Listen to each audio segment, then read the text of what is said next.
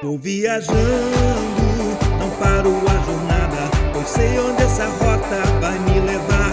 Vou viajando, sem nunca desistir, pois sei exatamente pra onde ela vai me conduzir. Olá, viajantes da Rota 66 Espiritual, nós estamos aqui mais uma vez, olha que coisa tremenda, né? Com o Bispo Felipe, que é bispo da Sara Nossa Terra em Curitiba, bispo da região ali também, da toda a grande região da Grande Curitiba, é homem de Deus. E para que você, se você não conhece, eu vou colocar o cardzinho agora aí, ele está lá também falando sobre o livro de Marcos. E eu convidei ele desde aquela época para participar de outro livro também, no Velho Testamento. Por quê? Porque ele é um estudioso e eu sei que hoje a gente vai trabalhar bem essa ideia. Seja bem-vindo, Bispo Felipe. Obrigado, é um prazer estar aqui de novo, Bispo. Que projeto abençoado, né? Toda semana a gente está conferindo as postagens e está sendo um sucesso todo o Brasil afora, né? Que legal. Querido, vamos lá. Hoje te convidei para comentar esse livro que não é um livro assim tão fácil de comentar, livro Profetas Maiores, livro com questões escatológicas, etc. Mas eu acho que a ideia principal que está colocando na Rota 66 é que as pessoas tenham uma ideia do livro, mas que elas possam ir ler, elas criem gosto e que elas possam ir aprender muito mais sobre o livro. Então não é uma coisa para a pessoa assistir e pronto, já está explicado tudo. Não, não é essa a ideia. É uma ideia para passear no livro, né? Então, como é que você viu esse desafio aí? Então, é interessante você ter falado sobre a dificuldade desse livro, porque eu dei uma pensada assim, eu acho que a parte dos profetas da Bíblia, se você tivesse que ver na Bíblia inteira a parte menos popular, talvez menos lida da Bíblia, é justamente os profetas. Uhum. Porque você tem o Novo Testamento, que é de fácil compreensão, que é muito... não precisa interpretar muita coisa, está claro o que é. Por isso que a gente sempre a linguagem do Novo Testamento é uma linguagem mais fácil, né?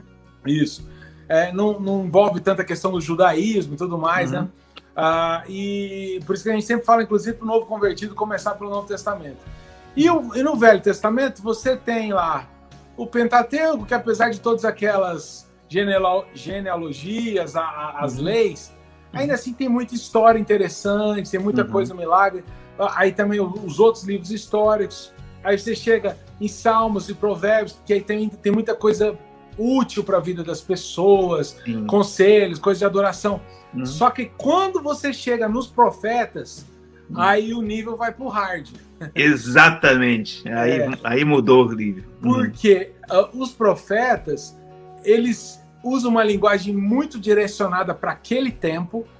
Então, assim, a gente vivendo hoje, para você começar a entender, você precisa entrar naquele momento, senão você fica completamente perdido. Eu me lembro que quando eu era criança, minha mãe me obrigava a ler a Bíblia, a infância inteira.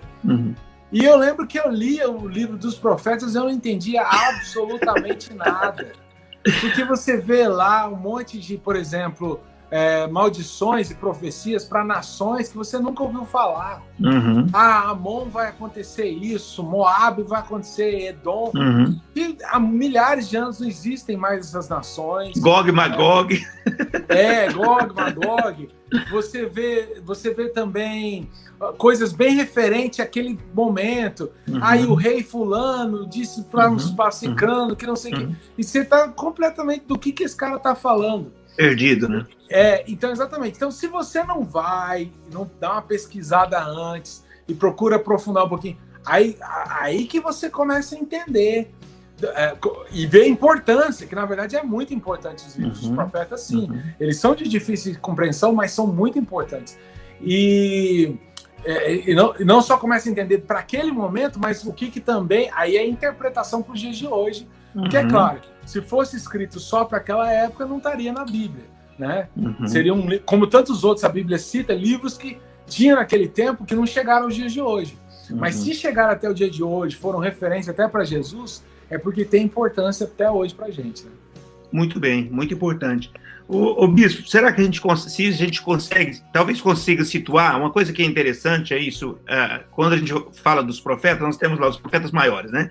Então nós temos Isaías, Jeremias, depois Ezequiel e Daniel, né? Então, assim, você está falando dentro do contexto, quando eu leio os livros da Bíblia, então, naquela ordem ali, você está falando do terceiro profeta, não do terceiro livro, que é o quarto livro que tem Jeremias e Lamentações. Mas dá para a gente situar cronologicamente, mais ou menos assim, quem é que veio antes? É essa ordem mesmo ou não? Como é que é isso? Sim, essa pergunta é muito interessante, porque cada um desses 4 profetas, eles têm uma visão específica para o momento que eles estavam, e não só para o momento, mas para o local. Você tem Isaías e Jeremias profetizando a partir de Jerusalém. Não. Isaías primeiro, antes ainda do tempo do cativeiro, tanto de Israel... É um pré-cativeiro, exato. Isaías foi antes. Aí você tem Jeremias, que acontece exatamente no momento em que a Babilônia, o rei Nabucodonosor, vem e invade, vem para invadir, para tomar e destruir a Judá. Na verdade, assim, primeiro ele leva o rei Joaquim e deixa um outro rei lá, né? E aí vem Ezequiel. Ezequiel viveu ao mesmo tempo que Jeremias. Só que tem uma diferença da visão do que os dois testemunharam. Que enquanto Jeremias permaneceu em Jerusalém, porque foi levado, acho que 10 mil, 20 mil pessoas, eu não lembro. Primeiro foi levado um grupo, depois um grupo maior, que eu acho dos 10 mil, acho que aí que de fato foi levado Ezequiel, né? Daniel já tinha sido levado antes, né? Jeremias ficou e aí o que tem de semelhante entre Jeremias e Ezequiel, que os dois diziam tinha uma visão, se você for analisar assim, uma visão nacionalista, a visão dos dois era, de certa forma, entreguista, porque os dois diziam, não lute contra Nabucodonosor. É interessante isso na Bíblia, né? Que tantas vezes você vê reis que, quando vinha inimigo externo, os reis queriam se entregar, queriam negociar. E Deus falava, não vai se entregar, não vai negociar. Luta contra eles que eu vou dar a vitória. Agora, com Jeremias e Ezequiel, acontece justamente o contrário. Eles queriam resistir, não vamos revoltar, não vamos aceitar Nabucodonosor, não vamos aceitar a Babilônia vir querer nos dominar. E tanto Jeremias quanto Ezequiel dizem, não, quem está por trás de Nabucodonosor é Deus. Não luta contra ele, não vai atrás do faraó do Egito, não vai atrás de outra aliança, submete, baixa a bola. Isso aí é uma correção que Deus está mandando, e Deus não está mandando voltar. E aí sim, Jeremias ele é muito perseguido por causa disso, né? Sofre inúmeros problemas lá. E Ezequiel, aí a grande diferença de Ezequiel para Jeremias. Ezequiel, ele começa o livro profetizando ainda em Jerusalém, e com o passar, aí ele é levado cativo e ele termina o livro profetizando já lá na Babilônia, né, onde ele vem até morrer. Até hoje dizem que o túmulo de Ezequiel está lá no Iraque. Tem um lugar lá que eles veneram lá como se fosse o túmulo do profeta Ezequiel. Então, no mesmo momento, só que com perspectivas diferentes. Um de quem ficou e o outro de quem foi embora. Então, assim, você tem Jeremias com a história totalmente passada em Judá, Ezequiel passando a transição de Judá para o cativeiro para a Babilônia, e Daniel se passando totalmente já na Babilônia, mas os três vivendo aproximadamente na mesma época, talvez com alguns anos de diferença, um pouquinho mais velho um do que o outro, entendeu? Até porque, como o senhor falou, Daniel sobreviveu, né, até a Nabucodonosor. Ele viu já o próximo rei e tudo mais, o que já a palavra não diz a mesma coisa, por exemplo, sobre Jeremias, né, ou sobre Ezequiel. E em termos de território, para ficar fácil, então, Isaías e Jeremias, termina tudo com Ias, né? Profetizaram a partir de Judá, não é isso? De Jerusalém e tal. E Ezequiel e Daniel já é a partir da Babilônia, né? Exatamente. Muito bem. Vamos falar um pouquinho, vamos conhecer um pouquinho do Ezequiel aí. Fala um pouquinho. Eu sei que você tem algumas informações que são importantes para esse começo. Bom, ainda falando um pouco assim sobre esse contraste principalmente de Ezequiel para Jeremias, você vê Jeremias, né? Jeremias, eu li recentemente o livro de Jeremias. Na verdade, eu tô terminando Jeremias e vou começar a ler de novo Ezequiel agora. E Jeremias é um livro assim pesado, porque é bem de lamentação, de tristeza e tal. Já Ezequiel, apesar de ter isso, Ezequiel já tem uma visão, vamos dizer assim, que ele não fica tanto chorando ali. Mas é umas, vamos dizer assim, desculpa a palavra que eu vou usar, até umas doideiras, meio excêntrica, porque Ezequiel, para começar o livro, as visões que ele tem, que é umas coisas assim, até hoje as pessoas não conseguem entender direito o que é aquele negócio daquelas rodas, e o anjo com não sei quantas cabeças, que não sei quantas asas. E aí depois ele usa muito de parábolas, que é um recurso interessante que Jesus usava muito, né? Citando, havia isso e tal. E as experiências também que Ezequiel tinha, né? Ele se transformava numa parábola. Vou ficar não sei quantos dias deitado de um lado só. Uma figura. Ele era a própria. Ele fazia a própria figura, né? Que Jeremias você não via tanto, né? Jeremias ficava lá chorando, lamentando. Assim, não dá para menosprezar a dor de Jeremias, porque, né, se você for pensar assim, num contexto atual, né, eu estou citando Jeremias porque ele é contemporâneo de Ezequiel. Sim. É como se assim, a gente, na hora que está gravando esse vídeo hoje, a gente, por exemplo, está numa questão de que o presidente Biden está para subir lá nos Estados Unidos e ele falou um negócio de que fez uma ameaça ao Brasil com relação à Amazônia, né? Aí, o contexto seria mais ou menos o seguinte: o Brasil é Judá e a Babilônia é os Estados Unidos, né? E você pegasse e ver que uma força que é muito maior do que a sua, que você não tem como lutar, não tem como resistir, viesse, destroçasse a tua nação, levasse embora o povo, dispersar quem não matou e tal, e deixasse só os miseráveis lá. Se você tentar imaginar essa realidade hoje, você entende a dor daqueles homens. Que toda a realidade deles estava sendo destroçada ao redor deles. E o pior, que eu acho, eles entenderem que é o seguinte, eles tinham que aguentar porque aquilo vinha de Deus, era permitido por Deus por causa dos pecados do próprio Israel. Ou seja, não adiantava nem orar para resistir. Era só chorar, era só lamentar mesmo. Então, assim, isso entra, inclusive, numa outra questão que eu ia falar sobre o livro de Ezequiel, que seria a mensagem principal do livro, que não é só essa parte negativa. O momento era terrível, né? Mas há esperança. Né? Ele começa o livro com repreensão, repreendendo Israel, seus pecados, não sei o quê. Aí ele vai para o juízo. Por causa disso, o Senhor vai fazer isso. E não só contra Judá e Israel, mas contra todos aqueles países ao redor. Na verdade, é uma coisa interessante que Deus trabalha em duas frentes, né? Uma, ele trabalha com o seu povo, né? Mas ele trabalha com o seu povo sempre nessa permissão diante de um quadro e tudo mais, ele permite situações, né? Mas, ao mesmo tempo, é muito interessante que ele trabalha as outras nações. Ou seja, não é porque ela invade Jerusalém, não, mas é porque o povo está em pecado e tudo mais, que eles não vão pagar pelo que eles estão fazendo. Então Deus tem sempre isso, né? Deus não tira a vara de medir das outras nações, né? Exatamente, é isso aí que você está falando, que apesar, entra muito aquela ideia de que, assim, Jesus fala, né? Deus não é mau e não há mal nele. Poxa, se Deus não é mau, como que o Velho Testamento fala tantas vezes que Deus ia punir, né? Que Deus ia castigar? E o que eu entendo muitas vezes é que não é que Deus vai pegar e vai literalmente enfiar a mão para punir. Não, ele retira a proteção dele. Pronto, é exatamente isso que eu penso. Ele tira a proteção, por quê? Se você for pensar, não é só questão da gente como cristão, a vida em si, a vida é um milagre. Né? Porque é muito mais fácil morrer do que estar vivo.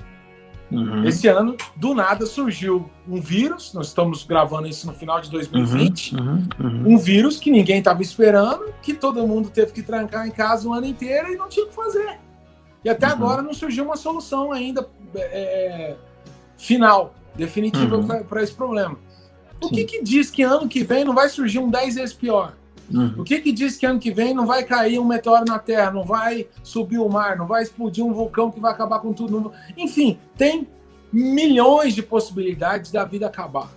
E ela não acaba porque... E a palavra de Deus deixa isso bem claro, que Deus segura, Deus protege. Amém. Agora, o que acontece quando a gente fica pecando, desagradando ao Senhor, desagradando ao Senhor? Deus é amor, mas Ele é justiça também. Uma hora Ele fala, então tá bom, vocês estão dizendo que vocês não me querem perto? Vocês estão me virando as costas, vocês estão me rejeitando, vocês só estão me ofendendo? Então tá, vou tirar a proteção. E aí, bom, vem os inimigos. Exatamente. Aí, isso quer dizer que os inimigos são, então, eximidos da sua culpa? Não. Eles foram liberados para fazer a maldade que já estava no coração deles. Mas não foi Deus que botou essa maldade. Exatamente. Eles já tinham aquilo. Muitas vezes a oração do cristão, quando vem o temor, que Deus não pese a sua mão sobre mim. Cara, se Deus pesasse a mão dele sobre nós, ninguém sobreviveria. Né? A Bíblia diz que ainda bem que contigo está o perdão, né, Deus? Porque ninguém ia sobreviver se Deus fosse, né, ver de fato. O que Deus faz também não é pesar a mão, mas é tirar a mão. Quando Ele tira a mão, aí a gente sentiu o peso do que é estar sem a mão de Deus, né? Exatamente. Por isso que também a importância da nossa dependência dEle. E falar, Senhor, eu não sou nada, estou debaixo das tuas asas, me guarda, me protege, que a única coisa que eu tenho é isso. Exatamente. Então o livro ele faz isso. Deus trabalha, Deus permite o juízo tanto sobre Judá, sobre Israel e depois sobre as outras nações. Então aí vem profecias de juízo às nações, uma coisa que também acontece em Jeremias, mas no final vem a restauração. Quando começa a vir as profecias dizendo, um capítulo que resume quase que todas essas etapas num capítulo só. E aí começa a falar sobre um templo que voltaria a ser construído, sobre um templo que viria, que eu vou dizer sobre isso, que o próprio Senhor se tornaria o pastor, que levantaria aí as promessas do Messias que viria, que o Senhor traria de volta o seu povo e restauraria e assim por diante, ou seja... termina no up, né? Termina lá em cima, né? Isso, ou seja, é um livro que ele tem sim a parte negativa, ele não nega, mas ele fala, calma, que o Senhor vai vir o melhor do Senhor, o Senhor vai socorrer, o Senhor vai resolver todo esse problema, muito além daquilo que a gente espera, o que é muito bonito isso, né? Amém. Bom, deixa eu comentar aí algumas coisas. Ainda no começo, falando um pouquinho sobre Ezequiel, né? Uma coisa que eu achei interessante, ele era filho de sacerdote. Isso. Eu não sei se ele chegou a exercer ou não o sacerdócio, ou o que Deus fez foi no momento que talvez ele começaria o sacerdócio, Deus começa a trazer o ministério profético. É isso mesmo? Então, eu já li as duas interpretações. Uma que ele estava sendo treinado. Sim, porque ele não tinha idade, talvez não tinha chegado na idade de começar o ministério sacerdotal, que é aos 30 anos, era pelo menos que eu... E eu li outra também que dizia que ele tinha começado, ele já era sacerdote, estava no início ali do sacerdócio dele, quando ele foi levado em cativeiro. E aí a gente sabe que até hoje, né, não existe sacerdote mais no judaísmo, não existe sacerdote na Israel hoje, 2020. Por que não existe sacerdote? Porque o sacerdote, segundo a lei, segundo o judaísmo, ele só pode exercer no templo. Então, ele foi levado para longe do templo, ele deixou a função sacerdotal, né? Mas era isso aí mesmo, ele era um levita separado para ser um sacerdote mesmo. Mas aí Deus o chama, e aí o que é interessante é isso, a primeira vez que ele tem a visão, quando começa o livro, né, ele já está fora da Terra Santa, da Terra Sagrada, né? Diz que ele está na beira do rio, não me recordo o nome do rio agora. Quebar, acho que é? Se eu não me engano é isso. E ali existia uma mensagem também nessa situação, que a grande dúvida era o quê? As promessas eram todas para a Terra Santa, para Sião, ou então o Monte do Senhor. Os salmos já tinham sido todos escritos. E aí, se eu sair daqui, onde está o Santíssimo Lugar, no templo, Deus sai junto comigo? E ali mostra que sim, né? Tanto com Ezequiel quanto fantástico. Eles entenderam isso, que Deus também falava fora de Jerusalém, né? Exatamente. Assim, o senhor que mora fora do Brasil, eu em viagem, sabe que uma dúvida que passaram na minha cabeça, será que se eu orar aqui, sei lá, eu já fui para a Rússia, por exemplo, se eu orar aqui, eu vou sentir o Espírito Santo do mesmo jeito que eu sinto porque lá a gente consagra, tem um povo que ora, que não sei o quê. E, graças a Deus, Deus realmente opera independente do lugar. Aquele texto da palavra, nem altura, nem profundidade, nem isso, nem aquilo, nada me separa do amor de Deus. Exatamente. Então é muito interessante isso, justamente o que você falou, que ele tem essa experiência com Deus, falando com ele, né, naquela terra distante, né? Muito, muito, muito interessante. Porque eles estavam, acho que a 1.000 quilômetros de distância, acho que era isso. Geograficamente estavam longe. Uma coisa que eu notei também aqui, é interessante, esse livro, como ele é um livro muito escatológico mesmo, né? Ele tem muitas figuras, né? E eu vi algumas figuras interessantes, esse paralelismo de figuras com o Apocalipse. Eu vi aqui, que eu marquei aqui, que eu achei bastante interessante, ele tem a questão do trono, né? Vê o trono, apesar que o trono, Isaías viu o trono, ele viu o trono, né? E lá João também viu o trono, né? Depois, comer o livro, né? Tanto ele fala, né? Como também João, né? Os 4 seres, uau, esses seres aí, celestiais são fortes, né? Tá ali, tá em Apocalipse também, né? As 4 faces, né? E os selados também tem aí, fala sobre o povo selado, e Apocalipse fala também, né? Sim. E ao final fala, claro, do templo, fala do rio, que também tem Apocalipse, ou seja, é interessante essa história das figuras, né, que tem. Sim, o que eu acho muito interessante não é nem analisando o aspecto do que vai acontecer ou deixar de acontecer, mas como há um vínculo muito forte do Velho para o Novo Testamento, mostrando que, ao contrário assim, do que, por exemplo, os judeus acham, os judeus consideram o cristianismo como uma nova religião. Nós, cristãos, não consideramos a gente como uma nova religião, mas a continuação da mesma que já existia no Velho Testamento. Né? É a mesma com uma nova aliança. E aí a prova disso está exatamente nessas paralelos que você fez, que a mesma coisa que João viu, Ezequiel viu, ou seja, é o mesmo Deus, é o mesmo ambiente, as mesmas figuras, porque não é uma coisa nova, exatamente a continuação daquilo que já havia antes. Né? Achei interessante que você falou do livro Comer, né? Que é a mesma coisa que acontece. O Bispo Rodovalho deu uma palavra sobre esse trecho que é muito interessante, que Ezequiel, assim como Jeremias, ele está bem... os profetas, eles eram muito perseguidos, né? Porque eles falavam que as pessoas não queriam ouvir, né? Como eu disse agora há pouco, né? O que o povo queria ouvir? Deus vai libertar de Nabucodonosor, vamos com fé, que vocês vão vencer e vão voltar para a terra. E esse cara não... E eles falavam, não, sossega que o cara vai vencer. E aí Deus fala assim, olha, eles estão sendo para você como espinhos, escorpiões, mas calma que eu tô com você, e agora come o livro. E o livro foi doce como mel na sua boca. Então Deus dá como solução aquela perseguição, aquele momento difícil, ao confrontamento das pessoas, o comer o livro. E como que isso, pra gente hoje, na nossa realidade, é o quê? Exatamente, na dificuldade, o que eu tenho que fazer? Eu tenho que ir lá comer o livro. Porque lá fora tá os espinhos, escorpião, tudo querendo me ferir, mas o alívio vem pela palavra do Senhor. Eu acho interessante isso aí, Bispo. Eu acho que tem 2 coisas muito importantes aí. Primeiro, fala do se alimentar mesmo, né? Da palavra, né? E eu acho que fala mais ainda, porque comer não vem só de você engolir, né? Porque tem gente que engole só, né? Pega uma coisa, não mastiga, engole, né?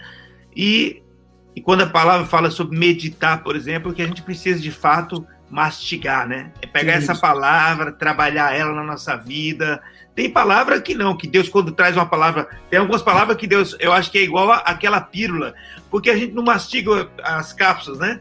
A gente pega uma cápsulazinha, a gente põe e engole, e lá dentro ela explode e vira, né, uma solução.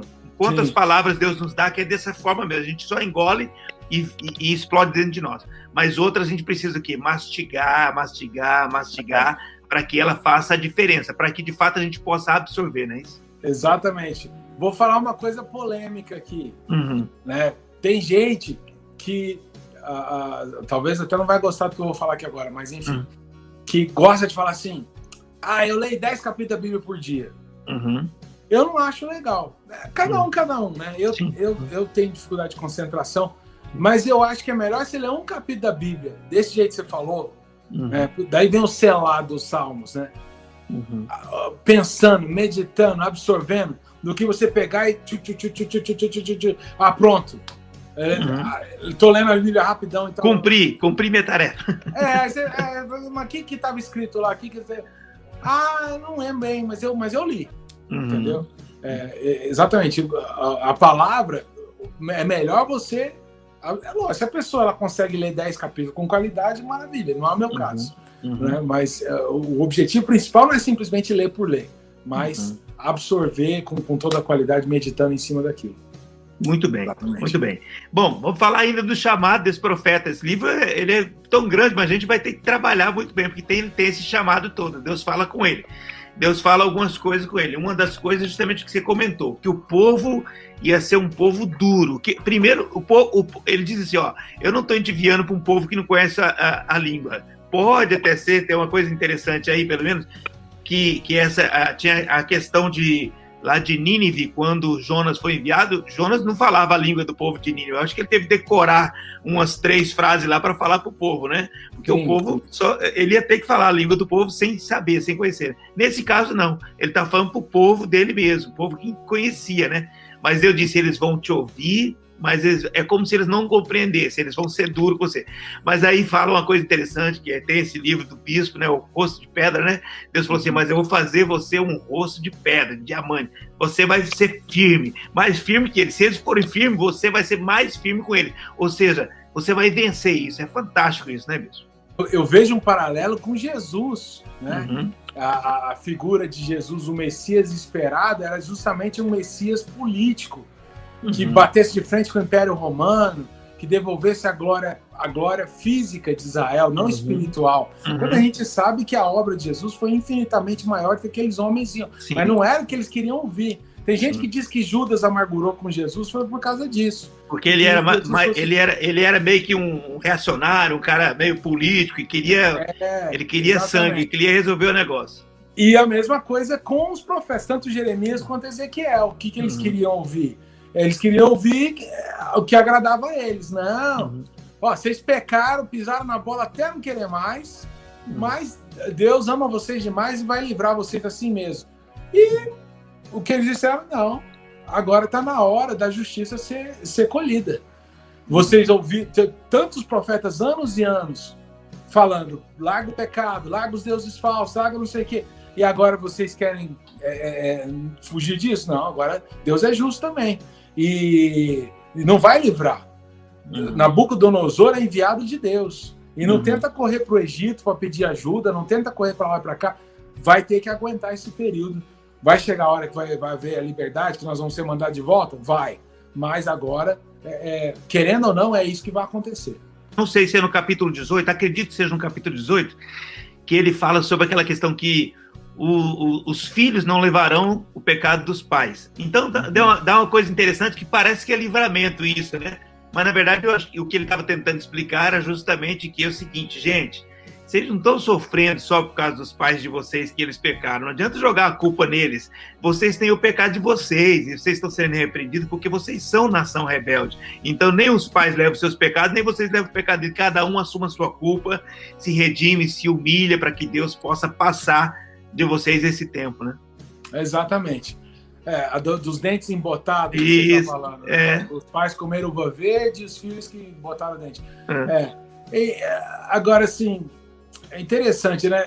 Aí que mostra também a necessidade da nova aliança, né? Que a coisa não resolveu, né? Porque aí, beleza, eles passaram por esse período super difícil, voltaram para Israel, depois, eventualmente, mas, assim, ainda assim, sempre continuou errando, pisando na bola e tal. Eu acho que deu uma melhorada, né? Você vê que no tempo de Jesus, o problema não era mais a idolatria.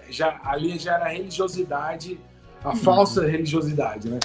Mas mais ou menos mostrava assim, ó, Deus deu a lei, não seguiram a lei, aí ele corrigiu, aí ele tentou pela graça, avisou, não ouviu, aí vem a correção, pronto, com a correção eles vão aprender a lição. Também não aprenderam a lição, a única solução era a nova aliança mesmo. Exatamente, eu falei sobre isso, eu preguei na igreja sobre isso, sobre o amor de Deus, né? E eu falei justamente sobre isso, que Deus trabalhou, em cada etapa Deus enviava a solução.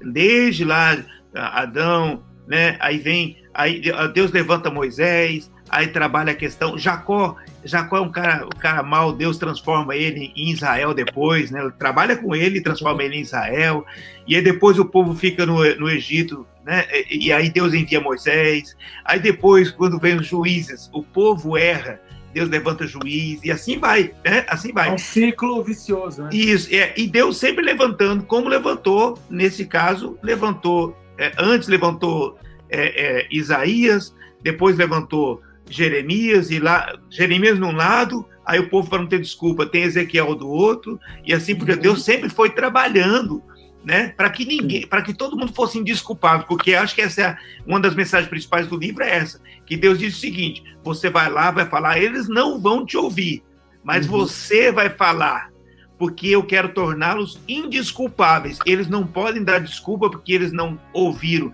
que não existia uma mensagem, não é isso? E aí entra a história do Atalaia. O que é o Atalaia, bispo? Atalaia, ele é o vigia. Ele é aquele que ficava na muralha, muitas vezes na muralha, na torre. Na torre, espiando ao longe, para ver se havia algum perigo, para que, se o inimigo chegasse, o povo não tivesse despreparado. E se o Atalaia dormisse, ou pior ainda, se o Atalaia visse o perigo e se calasse, ele condenava toda aquela cidade, todo aquele povo à morte. Ao contrário que, se ele fizesse o papel dele bem feito, ele salvava todo aquele povo, toda aquela cidade, levando, sendo otimista, até uma reação e um contra-ataque àquele inimigo, e uma vitória, ou até mesmo uma maneira mais pessimista, pelo menos uma fuga, que desse tempo daquele povo fugir antes que o povo inimigo mais forte chegasse, sitiasse, cercasse e matasse aquele povo. Então, é importante o papel do Atalaia, é importantíssimo, né? Nesse caso, ainda que não fosse o papel de Atalaia de avisar, mas o papel da ação, Mardoqueu fala para Esther: Esther, você vai ter que falar, que se não falar, o povo vai perecer. Né? E se perecer, você perece junto, né? Exatamente. Um Atalaia que fosse incompetente ou fosse covarde, né? Não poderia ser, na verdade, né? Ele teria que ser escolhido. Eu acho que eles deveriam escolher muito bem quem estava lá, porque era uma posição muito séria, e Deus coloca, como eu disse agora há pouco, Ezequiel nessa posição, e hoje nós estamos nessa posição, né? A gente não pode dormir no ponto, a gente não pode relaxar, né? Isso é uma alfinetada que Deus nos dá, né? Que é muito sério mesmo. O 3 ele fala sobre isso, né? Que ele fala de você avisar tanto o ímpio, né, quanto o justo, né, do erro e tudo mais e tal. E aí lá no 33 ele volta a falar do mesmo assunto, ele fala praticamente a mesma coisa, só que tem uma coisa interessante, que é no versículo 11 do capítulo 33, que eu acho bacana a gente ressaltar aqui. Ele fala o seguinte: tão certo como eu vivo, diz o Senhor, que eu não tenho prazer na morte do perverso, mas em que o perverso se converta. Maravilhoso isso, né? Convertei-vos, né, dos vossos caminhos, pois porque a vez de morrer ao caso de Israel, é coisa fantástica. Quer dizer, então, Deus não tem prazer nenhum no nosso mal. Tem gente que acha que Deus tem prazer no homem sofrer. Não, Deus não tem prazer nenhum. Então, eu acho que a ideia é essa: o que Deus tiver dentro dos parâmetros que ele mesmo colocou, de material para usar, para nos livrar de uma condenação, ele vai fazer, não é isso? Sim, e é interessante que as pessoas gostam de dizer assim: o Deus do Novo Testamento, o Deus do Velho Testamento. Ah, tem isso, Não é o mesmo. Aqui ele deixa esse, como tantos outros, não é só aqui. Parece assim que as pessoas gostam de ver no Velho Testamento um Deus mau no Velho Testamento. Deus né? tá irado. É um Deus mau no Novo Velho Testamento e o Deus bonzinho no Novo Testamento. Acho que é essa a ideia. Mas na verdade é o mesmo Deus. Deus aqui deixando bem claro. Eu não quero ferir ninguém, eu não quero castigar, não quero punir. Eu quero que converta. Por quê? E por quê? Porque ele ama. Né? Você falou agora há pouco de todo o histórico de Israel, né? E usando uma analogia da própria Bíblia, é como se, assim, sabe aquele marido que fica atrás de uma mulher que só apronta, mas mesmo assim ele ama, ele é apaixonado por ela, ele insiste, ele tenta de cá, ele tenta de lá, ele tenta de tudo quanto é jeito para conseguir, a mulher desdenha dele, vira as costas, sendo que a mulher depende dele. Essa era a história de Deus com Israel. Ele mesmo usa essa comparação na palavra. O profeta Oséias, né? É a história, né? A mulher que vai para lá e para cá, e o profeta perdoando, né? Colocando o amor, né? E como que a primeira opção de Deus sempre é o amor. Deus nos colocou aqui porque ele nos ama, ele continua. E como isso é maravilhoso, que tipo assim, não resolveu com Israel, mas nós cremos que resolveu com a igreja, né? A igreja até hoje não é a noiva perfeita que Deus espera, mas pelo menos boa parte dela, pelo menos, é uma noiva que ama ele de volta, né? Que ouve ele, que com todas as suas falhas, mas que tem um coração voltado ao Senhor muito mais do que antes, né? Não querendo condenar Israel, qualquer povo que fosse ia fazer a mesma coisa ou pior, é porque não havia, como a gente sabe, toda a questão do Espírito Santo, do perdão do pecado, da morte do velho homem, assim por diante. Mas a mensagem principal não é nem essa, a mensagem principal é o amor de Deus, como sobrepõe tudo mesmo. Amém. Bispo, nesse livro é interessante, eu acho que é importante as pessoas saberem que é um dos livros que contém essas questões de informações sobre Satanás, né? É uma figura, né? Ele está falando de um rei e tal, e depois ele traz essa figura de Satanás mesmo, porque ele começa a falar de Éden, de querubim ungido, que já não é o rei, né? E aí ele fala de Satanás, não é isso? Sim. Lá no capítulo 28 de Ezequiel, você está dizendo, né? Exato. Seria o rei de Tiro, chamado rei de Tiro. Na verdade, não seria ele, seria... É interessante como que a figura do diabo, ela vai se cristalizando com o passar da palavra. O Bispo Odovário, ele tem um comentário muito interessante sobre isso, de como que Jesus, ele dá a versão final de quem o diabo é. Começa lá com a serpente, tá, quem que é essa tal da serpente, por que ela tá fazendo aqui, qual que é o papel dela? Aí aparece lá em Jó, Satanás, né, que no hebraico, se eu não me engano, quer dizer o acusador. Aí alguém lá que fica lá só para acusar. Aí aqui, né, tem uma polêmica, tem gente que diz que realmente Ezequiel não está falando do diabo, está falando do rei de Tiro. Mas é lógico, a gente crê que a profecia tem 2 tempos, né, que ela se cumpre para aquele momento, mas tem uma revelação exatamente, até porque muita coisa que fala aqui não faria sentido. E ele muda o ambiente, ele começa falando algumas coisas, depois ele muda, parece que ele dá uma radicalizada, né? Ele muda o ambiente. Não faz sentido para o rei daquele momento só. E finalmente, aqui mostrando a história que seria, né? Que, se eu não me engano, é daqui que sai o nome Lúcifer, né? Que é o anjo de luz, o céu da luz. Lúcifer, inclusive, é uma palavra que, se eu não me engano, não vem do hebraico, vem do grego ou do latim. Do latim, eu acho que é do latim. Que é retirado exatamente dessa... Que tinha as pedras brilhantes e tudo mais, que tinha as luzes nele, aí eles colocaram o nome, Lúcifer. Aí fecha a revelação do diabo em Jesus, quando Jesus não só chama ele de Satanás, mas de diabo. Que aí é a diferença. Ele não é só um acusador, ele não é só um cara aí que tá para atrapalhar, para testar a gente, não. Ele é o inimigo. Né? Ele é o inimigo das nossas almas, ele é o que quer matar, roubar, quer destruir. Exatamente toda a revelação que chega com o Novo Testamento. Bispo, então, muito importante, eu acho que isso aí vai ficar bem bacana agora para as pessoas que estão nos assistindo. Eu queria só que você falasse assim, mas de uma maneira mais rápida, né? Mais compacta, justamente essa evolução da revelação de quem era Satanás. Né? Então, gente, esclarecendo, o primeiro diabo como serpente, que leva o homem ao pecado, mas não se tem claro o que era aquela serpente. Aí em Jó, o acusador, da onde a primeira vez que aparece, se não me engano, a palavra Satanás, que no hebraico quer dizer o acusador. Aí aqui em Ezequiel você tem...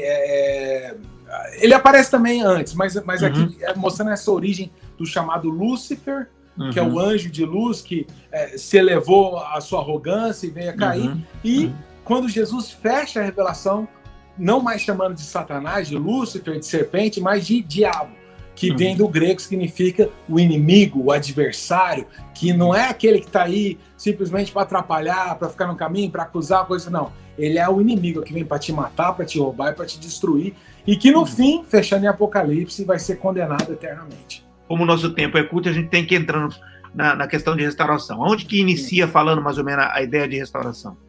Na verdade, eu separei o capítulo 34, que ele dá de certa forma, a estrutura do livro inteiro num capítulo só, né? Que é o capítulo que fala sobre os pastores infiéis de Israel. Né? Uma expressão que naquela época, obviamente, não tem o mesmo sentido de hoje para pastor de líder de igreja, mas pastor é aquele que cuida de ovelhas. Se fosse os reis, os sacerdotes, enfim, aqueles que estavam à frente ali, liderando o povo. Liderar o povo, não, e a liderança como...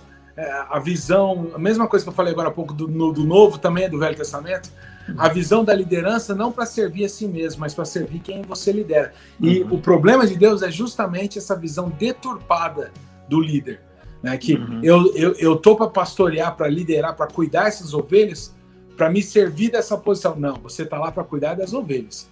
Bispo, eu marquei aqui o Ezequiel 36, 25, que é muito interessante, que fala sobre essa questão. Primeiro, o 25 ele fala sobre que as pessoas serão lavadas, né? Nós conhecemos isso, o lavar da palavra, o lavar do espírito, né? Sim. E aí ele vem pro 26, tirarei o coração de pedra de vocês, né? Colocarei um coração de carne, enfim. Então, é interessante que no começo ele fala lá com Ezequiel, ó, esse povo, ele é um povo duro, né? Sim. Difícil, né? Um coração duro, né? E agora ele fala, eu vou tirar o coração de pedra e eu vou dar um coração de carne, ou seja, eu vou amolecer esse coração aí, né? Eu vou trabalhar com vocês e eu vou dar um coração capaz de me entender, né? É interessante isso, porque em Provérbios fala que o coração, ele reflete, né? Quem nós somos, né? Assim como a água reflete o rosto, o coração reflete quem nós somos. E Deus, naquele momento, o que refletia tudo naquele povo era o coração duro deles. Agora Deus diz, não, eu estou trocando. E eu trocando o coração, eu troco o rosto, eu troco tudo, né? Então, eu acho fantástico essa passagem. Exatamente. E é interessante que logo após o 37 é a famosa profecia do Vale dos Ossos Secos. Como que uma coisa vem depois da outra. Primeiro, o coração é trocado, a lavagem e tal, aí o Espírito novo entra. Lógico, a gente entende hoje o que é esse Espírito Santo. E depois como que a vida volta da onde só havia morte, né? A força retorna, né? Aí entra dentro daquilo que a gente está falando já no final do livro, sobre a restauração que haveria, não só sobre Israel, mas sobre toda a humanidade, que sempre foi o desejo do Senhor. Eu vejo assim, uma coisa interessante nessa evolução. Primeiro, ele converte o coração do povo, ele fala, ó, vocês vão se converter a mim, de fato, vão ter nojo do pecado, né? O Espírito vai vir sobre vocês, vão ter nojo sobre o pecado e tudo mais, tá? Depois ele fala, é interessante isso, aí ele começa a falar que as cidades vão estar cheias, né? Ou seja, é o povo voltando para sua terra, enchendo a cidade e tudo mais, né? Sim. E aí parece que ele dá uma quebrada, né? Parece que ele dá uma quebrada quando ele leva pro Vale de Ossos Secos, né? Mas eu acho que o fato é que aí justamente ele leva as pessoas a crerem no impossível de Deus, aonde vocês veem que tem destruição, onde vocês enxergaram que teve tanta morte, que com certeza Jerusalém se tornou um vale de ossos secos, porque quando o rei Nabucodonosor invade aquilo de fato, causa uma grande destruição, que queima o templo, leva pessoas, matam outros, né? Um vale de sangue, né? E aí ele leva o seguinte, olha, eu vou levar vocês agora para esse novo momento. E ele leva Ezequiel primeiro, que é o profeta, né? Impossível um povo crer se o seu profeta não crer primeiro, né? O povo pode não crer a princípio, o profeta vai ter que crer, porque se o profeta não crer, não tem como ele levar uma mensagem para frente, né? E ele leva o profeta justamente, Ezequiel, eu te levo agora para esse vale, né? Eu ouvi o bispo Erasmo falando com tanta graça, uma coisa fantástica, bispo Felipe. Ele falou o seguinte: Deus coloca Ezequiel e pergunta, pode reviver? Pode reviver esse negócio? Por quê? É mais ou menos assim, ou para você acabou aqui, né? Porque você está querendo... Você não, ele está dizendo. Porque às vezes a pessoa quer pôr um ponto final e Deus está pondo uma vírgula falando, tem mais história para frente, tem restauração. E você pode crer, eu acho interessante isso, que o profeta fala assim, você sabe, foi então profetiza que vai acontecer, né? Eu acho que é um dos capítulos da Bíblia que mais gera esperança. Assim, quantas vezes na nossa vida a gente está em situações que a gente acha que nós estamos no Vale dos Ossos Secos, né? Pensa que é um Vale dos Ossos Secos, é um lugar horrível, né? Lugar cheio de caveira, de esqueleto, lugar de morte, de destruição, e aquilo começa a voltar vivo até se tornar, não só, a palavra termina dizendo que se torna um exército. Não se torna só gente viva, mas um exército. Ou seja, onde só havia a morte, não só Deus tira a vida, mas Deus tira a força. Então é algo que assim, enche a gente de esperança. Né? E Deus sabia muito bem essa analogia que ele estava fazendo a passar para a gente. Aí, ainda no finalzinho, depois, ele entra falando da Nova Jerusalém, que tem lá em Apocalipse também, né? Fala do rio, né? O rio, esse rio de vida, né? Eu acho fantástica essa questão do rio, que Deus te leva para você entrar no rio, né? Porque às vezes a gente fica esperando, né? Deus, chove, Deus, envia as tuas águas e tudo mais. E às vezes o que Deus está falando é assim, rapaz, entra no rio. O rio está te esperando, né? Quanto maior a experiência, quanto maior o envolvimento. É interessante isso. Lá no Vale de Ossos Secos, Deus faz ele andar primeiro. Primeiro ele tem que entrar no vale, se envolver no vale, para ele crer no sobrenatural de Deus no vale. Ele tem que se envolver em tudo aquilo ali, até para gerar compaixão nele e tudo mais, para que ele possa gerar uma palavra, né, uma palavra de esperança, de milagre para aquele vale. E aí no rio não é diferente, porque não tem como você também acreditar nas grandezas de Deus, nas coisas de Deus, e ter tudo aquilo que o Espírito tem, se você não se envolve, né? Isso, eu acho que essa mensagem do rio é envolvimento total, né? Recorda, inclusive, a questão do batismo, né? Até a palavra batismo quer dizer submersão, né? E tem exatamente dentro do batismo essa ideia. Por isso que, inclusive, a gente não concorda com o batismo por aspersão, jogar uma aguinha só assim. Mas eu preciso me enfiar por completo naquela experiência, né? E depois Jesus promete o batismo no Espírito e no fogo. Exatamente, porque eu preciso... entra naquilo que você está falando de não ficar só esperando manda-chuva, porque a chuva não depende de nada de mim, né? Mas o rio, lembrando de Naamã também, o rio está lá. Agora faz sua parte, vai lá, entra, mergulha, não põe a pontinha do pé só não, você vai ter que mergulhar por completo, faz sua parte. Se envolva completamente. Isso, exatamente. Vou abrir a tela para que você possa trazer uma palavra para as pessoas que estão nos acompanhando, amém? E faz uma oração e no final a gente vem aqui e a gente se despede, tá bom?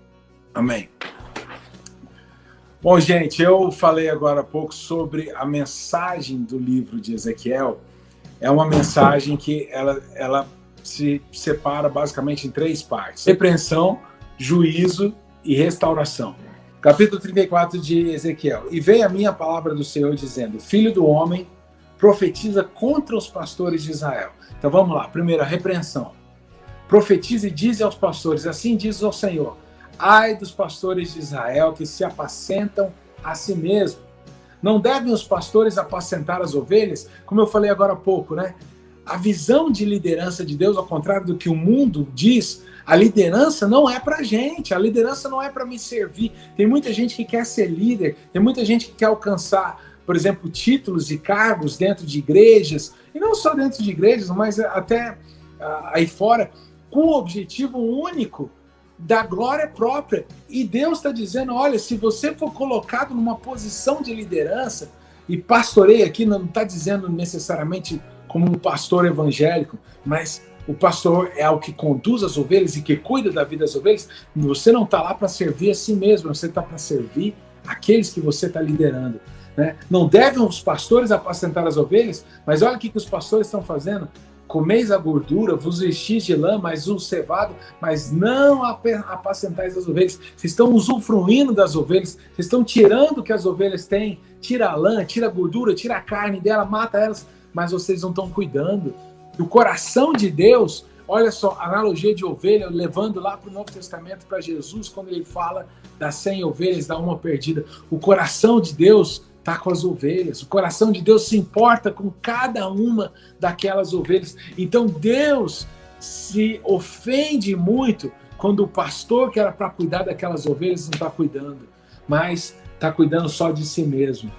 Assim se espalharam por não haver pastor e tornaram-se pasto para todas as feras do campo, por quanto se espalharam. Quando o líder não faz o papel dele, quando o líder não cuida das ovelhas, elas se tornam vulneráveis para as feras. As feras, é claro, representam o diabo, os sistemas do mundo, né? E as minhas ovelhas andaram desgarradas por todos os montes, todos os altos outeiros. Sim, as minhas ovelhas andaram espalhadas por toda a face da terra, sem haver quem perguntasse por ela, nem quem as buscasse. Nós citamos agora há pouco sobre a questão da sentinela. E o Senhor está dizendo: meu filho, minha filha, meu servo, minha serva, quem vai perguntar cadê minha ovelha perdida? Quando diz aqui, elas se espalharam sobre os montes, é porque os montes eram usados, os outeiros naquela época, os altos chamados, como lugar exatamente de adoração a falsos ídolos. Então as ovelhas estão procurando as mentiras do mundo, as ovelhas estão procurando os caminhos do diabo. E cadê os pastores perguntando aonde é que elas estão? Não, eles não se importam, eles só se importam consigo mesmo. Versículo 7, portanto, ó pastores, ouvi a palavra do Senhor, vivo eu, diz o Senhor Deus, que porquanto as minhas ovelhas foram entregues à rapina, as minhas ovelhas vieram a servir de pasto a todas as feras do campo, por falta de pastor, e os meus pastores não procuraram, os pastores apacentaram a si mesmos, e não apacentaram as minhas ovelhas. Versículo 9, portanto, ó pastores, ouvi a palavra do Senhor. Então vamos lá, primeiro lugar foi a repreensão, agora entra do juízo. Assim diz o Senhor, eis que eu estou contra os pastores, das suas mãos demandarei as minhas ovelhas, e eles deixarão de apacentar as ovelhas, e os pastores não se apacentarão mais a si mesmos, e livrarei as minhas ovelhas da sua boca, e não lhes servirão mais de pasto. Deus está dizendo, você não está fazendo a tua função, você não está cumprindo o chamado, você foi chamado para cuidar dessas ovelhas, você só está cuidando de você mesmo, então eu vou tirar essas ovelhas de você. Isso é uma palavra de repreensão, de juízo, assim, mas de esperança, porque muita gente, como eu, se condói pelo papel, muitas vezes ruim, que a igreja está tendo nesses dias, por causa de maus pastores. Aí você fala, Deus, e aí? O Senhor não vai cuidar da sua ovelha, da sua igreja, né, que tantos homens ruins têm usado dela, têm trazido mensagens mentirosas, têm vivido uma vida falsa, uma vida sem retidão, e usado aquela posição ao invés de ser pastores de verdade. E Deus está dizendo, calma, eu vou cuidar, eu vou tirar assim das mãos desses maus homens. 11, porque assim diz o Senhor Deus, eis que eu mesmo procurarei pelas minhas ovelhas e as buscarei.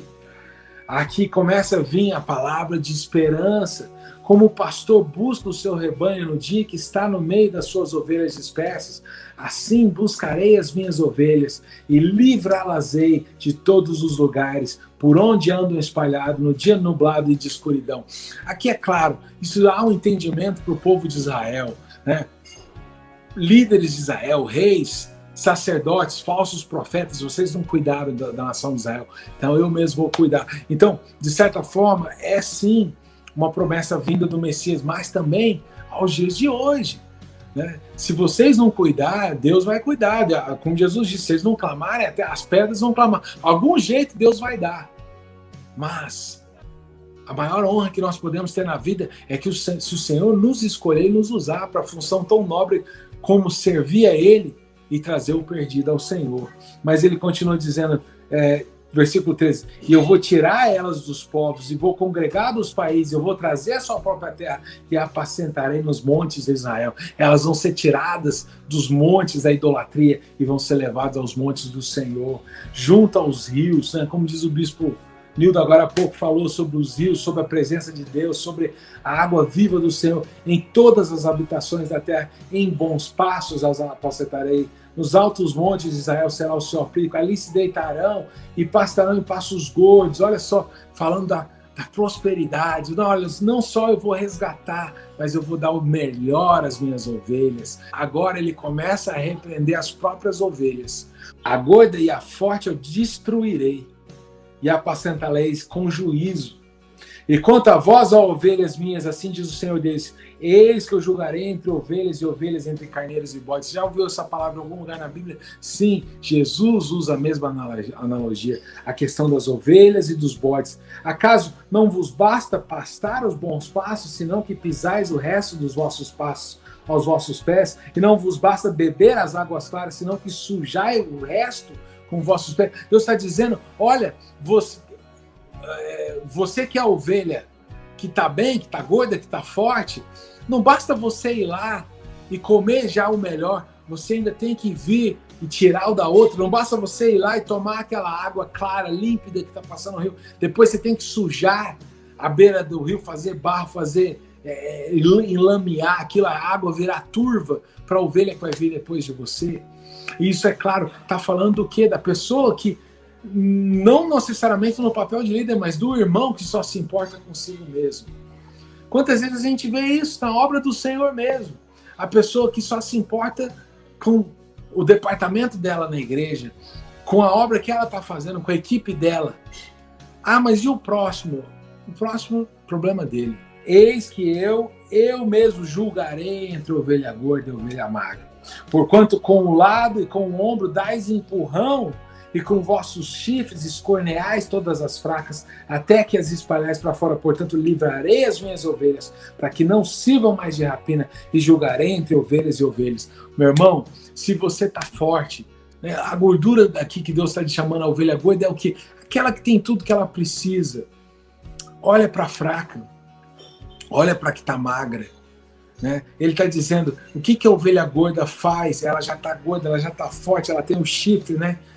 E aí o que ela faz? Ao invés de ela deixar a magrinha ir lá comer, ela vai e dá umbrada na outra, e dá chifrada na outra. Né? Talvez isso é o que a lei da teoria da evolução diz, né? O mais forte sobrevive. Mas o reino de Deus não diz o mais forte sobrevive. O reino de Deus diz o mais forte estende a mão para o mais fraco. O reino de Deus diz, se você está bem, olha para quem está mal. Não se importe só consigo mesmo, não seja egoísta nem egocêntrico. Você se enxergue no ponto de vista da ovelha também. Ninguém se importou com você, ninguém olhou para você, ninguém cuidou de você. Aquele que era para cuidar de você não cuidou. Aquele teu irmão te deu uma ombrada, te deu uma chifrada, te tirou aquela grama verde que te traria alimento, aquela água fresca que mataria a sua sede. O Senhor diz, então, pode deixar meu filho, minha filha, meu servo, minha serva. Eu mesmo é quem vou cuidar de você. Eu vou fazer com que haja chuva de bênção sobre a sua vida. Amém? Pai, nós te agradecemos, porque o Senhor é maravilhoso. O Senhor é um Deus tão grande, e nós somos tão pequenos, e eu não entendo por que o Senhor nos ama tanto. O Senhor nos dá promessas tão lindas e maravilhosas como o Senhor dá nesse livro de Ezequiel e toda a palavra, de quanto o Senhor se importa com o nosso bem-estar, de quanto o Senhor se importa com aquele que está quebrado, que está ferido, que está injustiçado. O Senhor não precisava fazer isso. Muitas vezes estamos nessa situação até por consequência da nossa própria culpa, dos nossos próprios erros, mas ainda assim o Senhor nos ama e o Senhor quer cuidar de nós como um bom pastor, e por isso nós te agradecemos e ao mesmo tempo tomamos posse dessas promessas e invocamos o teu poder. Derrama a tua chuva de bênção sobre nós, derrama, ó Deus, o teu rio. Nós queremos ser envolvidos na tua salvação, no teu melhor, no teu poder, na tua glória. E Pai, que o teu tempo profetizado em Ezequiel, ó Pai, da restauração total, venha logo, Maranata, ora vem, Senhor Jesus. Nós ansiamos por te ver, por estar na tua presença, por ver a tua glória manifestada mais do que nunca. Aleluia, nós te agradecemos, te louvamos, em nome de Jesus. Amém. Muito obrigado pela tua participação novamente. Eu tenho certeza que você abençoou muitas vidas. Amém? Dá um abraço, né, para a sua família maravilhosa, para os meus bispos queridos, amém? E para toda essa Curitiba e região, tá bom? Valeu, bispo. Foi um prazer estar com você. Deus abençoe. Amém. Valeu. Tchau, tchau. Tchau.